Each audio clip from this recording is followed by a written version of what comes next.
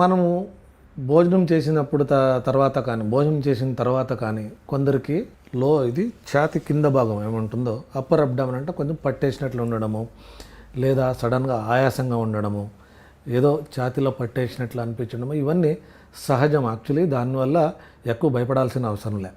ఇది యూజువల్ ఏమవుతుందంటే స్టమక్ డిస్టెండ్ అవుతుంది. ఫుడ్ తీసుకున్నప్పుడు మనకు ఫండస్లో గ్యాస్ ఎక్కువ నిండుకున్నప్పుడు యూజువల్లీ కొంచెం ఆ తేపులు వచ్చే వరకు చాలామంది కష్టపడుతుంటారు, ఏదో అయిపోయింది ఏంటని భయపడుతుంటారు. బట్ అలా అంటేనే అది రిపీటెడ్గా అలాగే ఉంటాయి. ఎప్పుడో ఒకసారి అలా అనిపించిందండి, డెఫినెట్గా అది మనం తినే ఫుడ్లోనూ డిఫెక్ట్ ఉండొచ్చు, లేదా అల్సర్స్ ఉండొచ్చు, లేదా జనరల్గా హార్ట్ ప్రాబ్లం ఉండేవాళ్ళు ఇలాంటి సిమ్టమ్స్ వచ్చినాయంటే డెఫినెట్గా వాళ్ళు ఆల్రెడీ ముందే హార్ట్ అటాక్ ఉండొచ్చు.